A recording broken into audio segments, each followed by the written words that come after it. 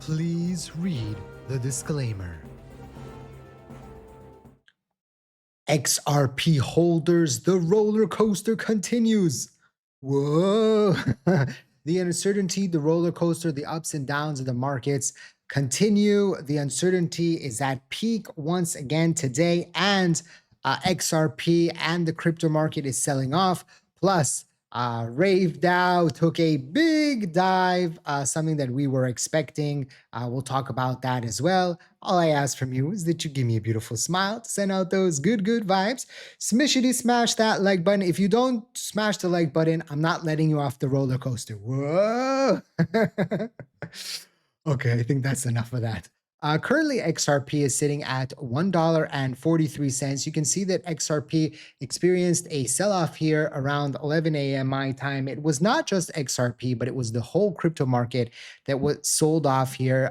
Bitcoin sold off as well. Ethereum sold off as well. So it wasn't just XRP.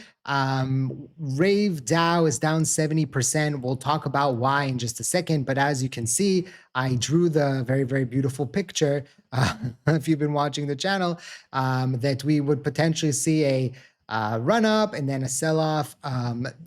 I told you that I was not in any position in it anymore, that I finished all my plays, all my trades with it, because I had a feeling like something like this was going to happen, and it happened. So again, if you're thinking about this is a super duper volatile asset. We'll get to in a second why it's selling off this much, but right now that's what's happening. And it's funny because yesterday was the day that we had 26. So this was the highest that we've seen on the Fear and Crypto Greed Index since back in March 17th, right? Which March 17th was the last time that we had the previous high kind of after it sold off into February 5th, and then March 17th we had that run up there. That was the last time that we were in this high of a crypto greed and index, fear and greed and index, and now we're seeing hitting the resistance level and the market selling off. But this comes from the uncertainty, right? Uncertainty is at its peak again today. Less than 24 hours ago, Iran declared the Strait of Hormuz fully open for everyone, and Trump confirmed it. Now, all of that is reversed. Iran has closed the strait again and placed it back under strict management and control of the military. The reason Trump refused to lift the U.S. naval blockade on the Iranian ports, Iran called it America untrustworthiness. IRGC gunboats fired on tankers and transiting the strait with no warning, and Indian flag supertankers were forced to turn back after being fired upon.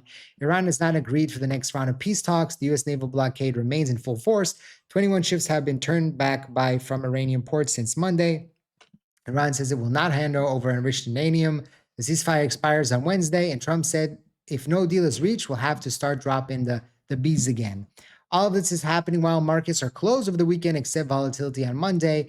This happens many times over the past few weeks. Over the weekend, big headlines, big things are happening. Crypto market sells off, and then Monday morning, everything's all honky-dory and everything's back to normal.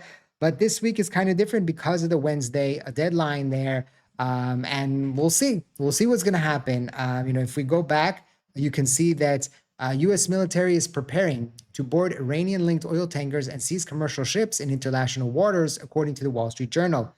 The report comes just an hour after Iran declared the Strait of Hormuz closed again. This move is intended to step up economic pressure on Iran to force them reopen Hormuz.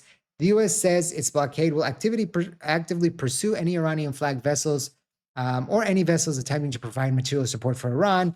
And Iran has been exporting over 2 million barrels of oil per day throughout the war, which is now at risk.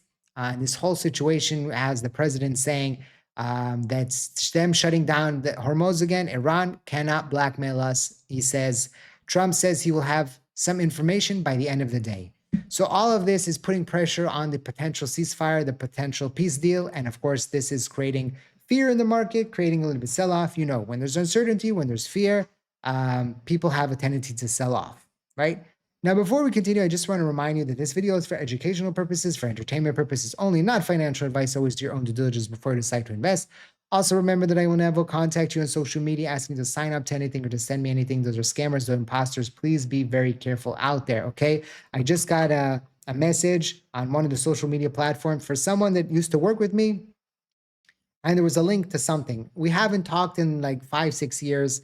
I have some friends, but he actually left also the place that I used to work at, and he shouldn't be sending me a message. Of course, I immediately, did not open that, and even blocked his account because we're not really in touch. So I don't. It's not the end of the world.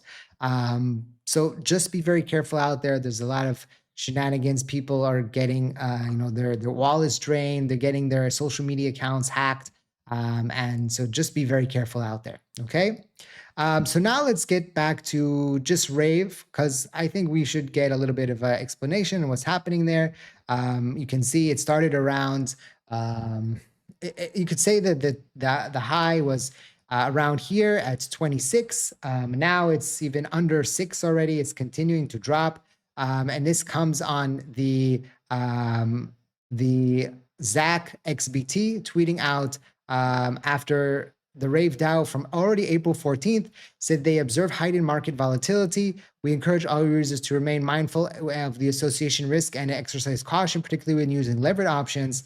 And now Zach XBT is coming out and saying pump and dump activity for Rave originated on BitGet, Binance, and Gate.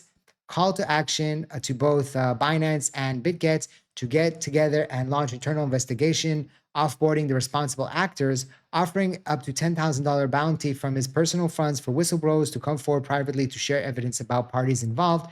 We cannot allow this blanket market manipulation by insiders controlling over 90% of Rave supports to further extract from retail investors.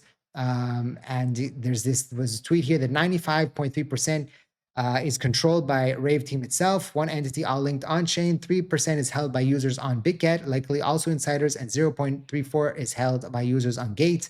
This brings total insider control to 98%. And so now we're seeing, of course, this got 1 million views. They came out and said they're starting to investigate. And of course, when there's fear, timber, right? And this was kind of, I knew that this was going to happen. That's one of the reasons why I haven't been touching it over the past few days. I think it's time to say goodbye. If you want to try to catch movements here, it can still be very volatile. I mean, you want to short it, you want to long it. Again, that's up to you, but this is super, super volatile right now. So just be careful what you're doing. I've seen multiple assets over the past week kind of go crazy, kind of go bananas, go up a few, a significant amount, then sell off. There were a few of them that I've been watching. For example, Siren, that did something similar. Again, pumped up and then sold off significantly, had like a 70% drop off, 86% in about an hour. There was another one that I was just watching and I was tracking what was happening. Aria also pumped up and then sold in an hour. Just huge pump and dumps that are happening right now. So just be very, very careful out there and be careful what you're doing and how you're conducting your trades. I kind of made a decision, and this is just my personal decision, to step back a little bit from day trading again. I because of the Rave position, I was getting too into it. I wasn't sleeping. I was on edge. I was thinking about what should I do and things like that. And it just, I'm not feeling good. I'm feeling bad, and just physically and mentally. And so I'm stepping back for a day or two, a week, 2 weeks. We'll see. But this is just, again, my personal. Not everybody is me. Not everybody gets obsessed like I do. I get obsessed. So again, know that it's okay if you miss 1 or 2 trades. If you need a little bit of a breather, it's fine. I've done it before. I'll do it again. I'll come back. I'll go in. It was very stressful over the last few months. Now maybe we're going back to potential war and sirens and missiles and all that. So that's also stressing me out a little bit, but we'll see what happens and how that will play out. As always, you can support the channel by checking out the links in the description down below. You can drop a super thanks. That's also a possibility to support the channel. And the easiest way is to just smash that like button. Thank you for watching. I hope to see you next time. And like I always say, let's make a lot of money.